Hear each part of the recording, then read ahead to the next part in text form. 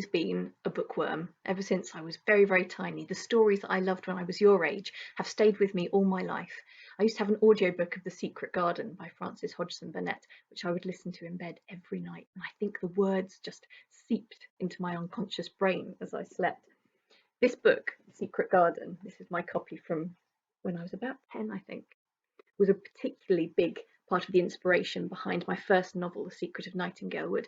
And in fact, I mention lots of other literature in this book too. Alice in Wonderland, I've got my old copy of that somewhere too. Here we are. Little Women, John Keats' poems, Ode to a Nightingale. When you refer to another story within your own story, it's called intertextuality. And I like to think of it as being like a sort of secret code for bookworms.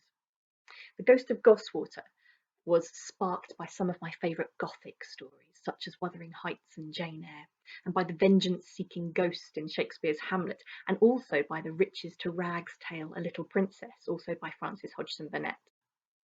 Now, there is a very odd poem called Overheard on a Salt Marsh, which was part of the inspiration behind Sisters of the Lost Marsh. It's a poem by Harold Munro, and it's about a greedy golem-like goblin, and he's begging a nymph for her beautiful glass beads. He says, "Give me, give me."